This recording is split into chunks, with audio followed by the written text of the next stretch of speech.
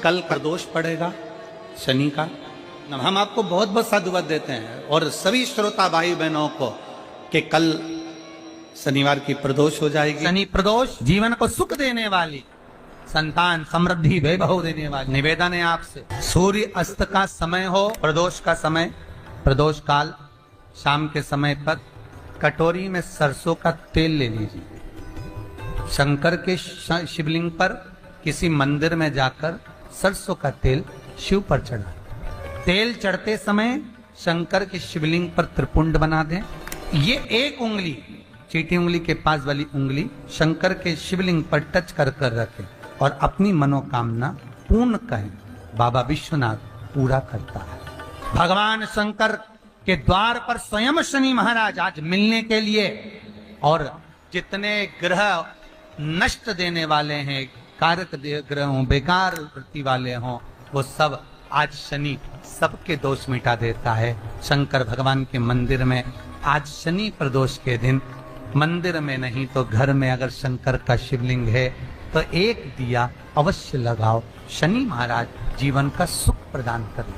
आनंद। प्रदोष के दिन प्रदोष काल का दीप, प्रदोष काल की आराधना, प्रदोष काल की साधना और प्रदोष काल में परमात्मा का लिया गया नाम हमारे करोड़ों करोड़ों करोड़ों करोड़ों पुण्य को प्रबल कर देता है और हमारे पाप को छीन बन सके। अगर बन सके जीवन में एक बार प्रयास करिए। प्रदोष पड़ जाए तो प्रदोष के दिन, प्रदोष काल में, प्रदोष के दिन प्रदोष काल में किसी शिवालय में जाएं, शंकर के मंदिर में जाएं, एक ही दिए के अंदर एक फूल बाती, कैसी बाती है? फूल बाती, और उसी दिए के अंदर एक लंबी बाती, दो बाती। कौन सी बाती हैं? जम के बोलो जरा। एक फूल बाती, एक लंबी बाती, दो बाती। एक ही दिए के अंदर फूल बाती, लंबी बाती दोनों रख लें। थोड़ा सा घृत की बातियां, तेल की बाती नहीं, घी की बाती रखें और दोनों बातियां उसमें रखकर 3 बेलपत्र भगवान शंकर के मंदिर में लेकर जाएं। दिए को भी प्रज्वलित नहीं करना है। पहली बेलपत्र नंदीश्वर की जो ऊपर का भाग होता है, जिसको हम शिव तत्व भाग कहते हैं। नंदी के पीठ पर एक भाग होता है जिसको शिव तत्व भाग कहा जाता है।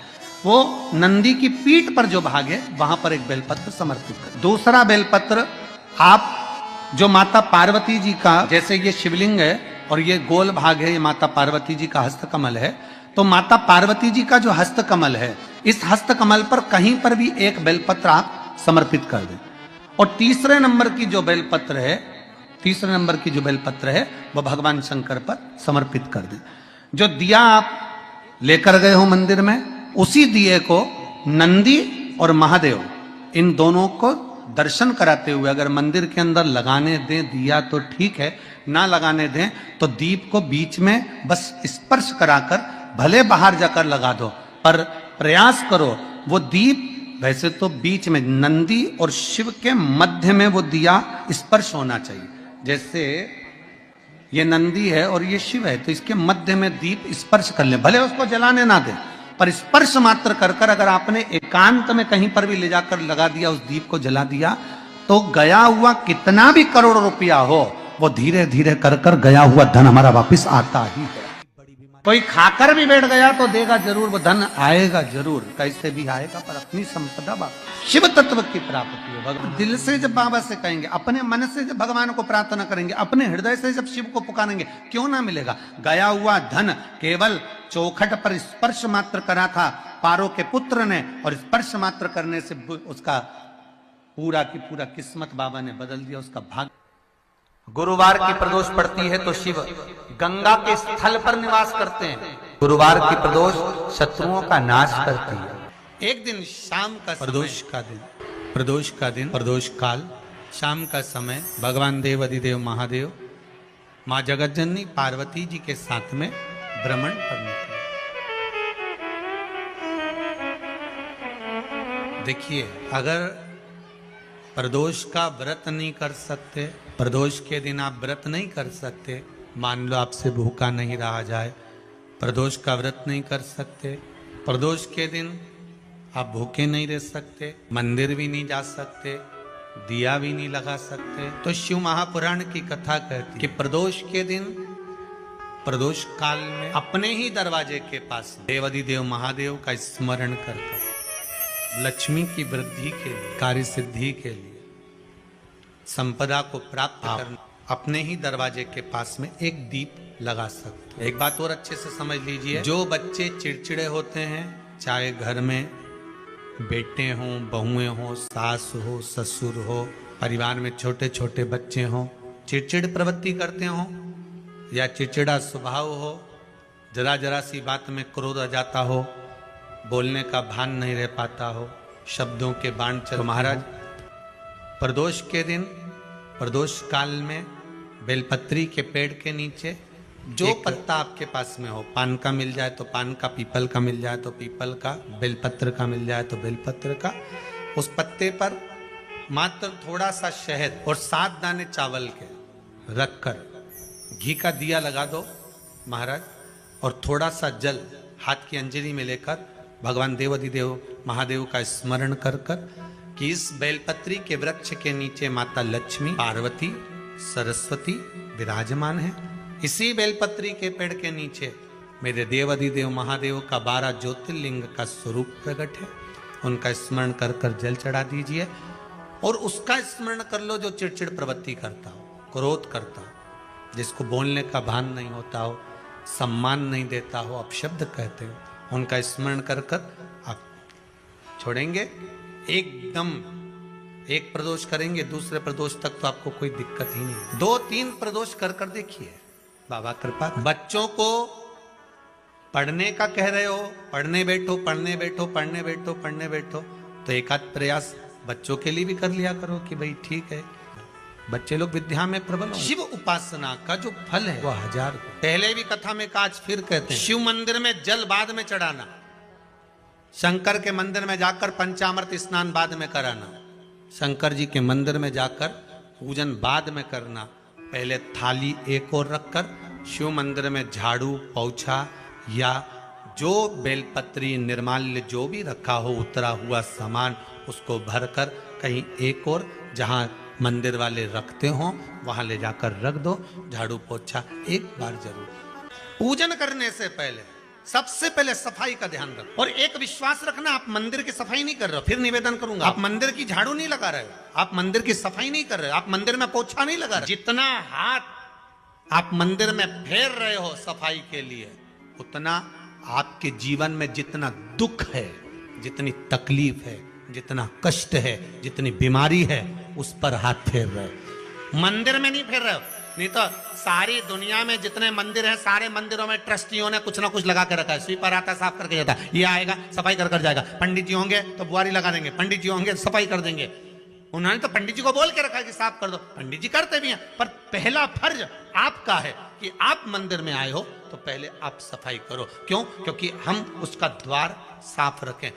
आज के समय में तो एक नियम हो गया साहब कि मंदिर में जाते हो तो मंदिर के दरवाजे पर चप्पल उतार के जाते हो, नहीं तो शास्त्र रीति तो ये कहती है कि मंदिर में भगवान सामने बैठा है तो उसके सामने चप्पल भी नहीं उतरना। तो कई लोग कहते हैं मंदिर के अंदर थोड़ी ना उतार, हम तो जीने से भी बाहर, एकदम गेट के बाहर वहां उतार, पर सामने तो है ना, सम्मुख में तो है। तुम्हारे यहाँ अगर 4 लोग दिवाली मिलने आते हैं ना, तो तुमने चप्पल रखने का भी स्टैंड बनाकर रखा है, साइड में उतारिए, दहली पर मत उतार देना, थोड़ा साइड में उतारो, सामने से सब आते जाते रहते हैं, सामने उतारो, थोड़ा द्वार पे से। अभी तो कुबेरेश्वर धाम में काम चल रहा है, आप लोग जो दान दे रहे हो, आपके दिए हुए दान से निर्माण चल रहा है। अभी तो आप पहनकर जूता चप्पल भी अंदर आ जाते हो, भले दूसरे मंदिरों में चप्पल पहनकर हमने देखा है, आधिकाधिक मंदिरों में, ब्रजभूमि पर भी बहुत मंदिरों में लोग अंदर जूता पहनकर चले जाते हैं, पर जब तक बाबा नहीं बैठा तब तक तो आप पहन कर आ रहे हो। जिस दिन बाबा कुबेरेश्वर धाम में आकर बैठ गया, उसके बाद वो दोनों गेट पर चप्पल बाहर ही रहे। आओ आप कंकर से शंकर जब शरीर से लगेगा तब सुख भोगोगे, आनंद भोगोगे, सुख की प्राप्ति। अपने द्वार पर भी कितना सुंदर लिखा है भविष्य पुराण के अंतर्गत और विष्णु पुराण में, भृगु बाबा का चरण का चिन्ह भगवान विष्णु की छाती, भगवान विष्णु की छाती पर भृगु बाबा के चरण का चिन्ह। अब भविष्य पुराण में लिखा है कि अगर हम मंदिर के द्वार, घर के चौखट के एकदम सामने चप्पल उतार देते 7 बार दिन भर में से कितनी बार? 7 बार विष्णु पुराण कहती है ऐसा कोई दिन नहीं होता जिस दिन दरवाजे पर 7 बार लक्ष्मी आकर खड़ी नहीं होती हो।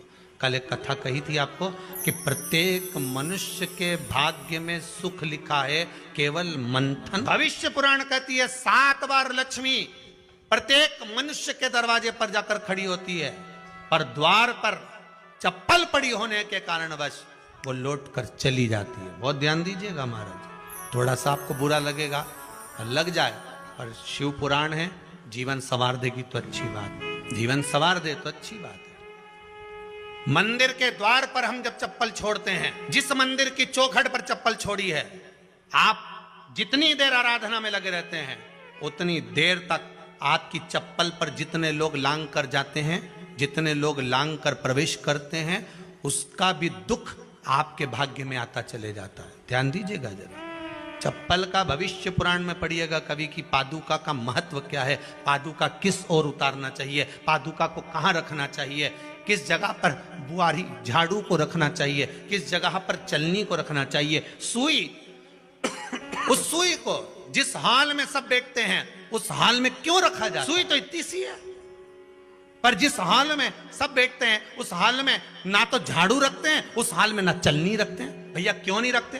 कारण क्या है कि जिस हाल में सब बैठकर बात करें, आवक जावक की बात हो, व्यापार की बात हो, लक्ष्मी की बात हो, प्रेम स्नेह की बात हो, आपस में बैठकर सब चर्चा कर रहे हो, अगर वहां छलनी होगी, झाड़ू होगी तो बैठे बैठे बात करने में विवाद चालू हो जाएगा। 15-20 मिनट तुमने बहुत प्रेम की बात करी, अच्छे से बात करी, पति पत्नी बहुत प्रेम की बात कर रहे थे, मालूम पड़े बात करते करते से कब झगड़ा उत्पन्न हो जाए तो समझ में नहीं आया। हमारी बहू को क्या हो जाता है, बैठे बैठे बात करते करते झगड़ा कर देती है, जरा सी बात में झगड़ा चालू हो जाता है। कारण क्या है? जिस हाल में तुम बैठ रहे हो, जिस कमरे में तुम बैठ रहे हो, जिस हाल के अंदर सब बैठकर चर्चा करते, बात करते, चित्त करते, आपस में बैठकर सब लोग एक दूसरे के बातचीत करने बैठे हैं, आय व्यय देखने बैठे हैं, दुकान व्यापार की बात करने बैठे हैं, उस जगह पर भी झगड़े का क्रम कहां से आ गया? एक ना एक का मुंह क्यों फूल गया? कारण क्या था? कोई बात टेंशन क्यों आ रहा है? मतलब उस हाल में या तो चलनी रखी है या झाड़ू रखी है, भले तुमने सोफे के नीचे फंसा दियो, भले तुमने पीछे फंसा दियो, पर पड़ी जरूर है, रखी जरूर है, कहीं ना कहीं पड़ी होगी। क्यों कहते हैं कि जिस हाल में आप बैठ रहे हो, जहां पर आप संपदा की बात कर रहे हो, दौलत की बात कर रहे हो, व्यापार की बात कर रहे हो, व्यवसाय की बात कर रहे हो, उस हाल में अगर कहीं कैलेंडर टंगा हो, कोई सामान ऐसा रखा हो, कोई पर्दा ऐसा लगा हो, कोई चीज ऐसी लगी हो, तो उसमें एक सुई उसमें रख दीजिए। क्यों कहते हैं? हमारे यहाँ दूल्हा भी जाता है ना, तो उसका जो साफा बनता है या जूता उसको पहनाते हैं, उस तक में पिन टच करके भेज देते हैं। बोलो सही है कि गलत है? दूल्हा तोरण लगाने जा रहा है, दूल्हा तोरण देने जा रहा है, तो उसके जूते में भी पिन घुसेड़ कर भेजते हैं, पिन लगाकर भेजते हैं, उसके साफे में पिन लगाकर भेजते हैं। एक भले सुई नहीं लगाएंगे तो आलपिन लगाकर भेज देंगे। क्यों भेजते हैं? उसका कारण क्या? कि लक्ष्मी को लेने जा रहा है, संपदा लेने जा रहा है, और जिसको वो ब्याह करने जा रहा है उसका संबंध सुई और धागे के संबंध जैसा हमेशा सिला हुआ होना चाहिए, उधेड़ा ना जाए, कैची जैसा कटा हुआ ना। एक एक प्रमाण को जरा देखो तो। पर दुनिया के लोग कहते हैं साहब हमारे यहाँ तो सुख नहीं है, शांति नहीं। शांति तुमने भंग करी, कोई दूसरा भंग करा। चप्पल उतार दी दरवाजे पर, मंदिर के द्वार पर। हम तो यहाँ तक कहेंगे पशुपति व्रत करने जा रहे हो, पशुपति व्रत को धारण करने जा रहे हो, एक सोमवार मत पहनो चप्पल। जब मंदिर जा रहे हो तब दिन भर पहनो, मंदिर जाओ मत पहनो। कोई जरूरी है कि मंदिर पहनने चप्पल पहनना जरूरी? मत पहनो।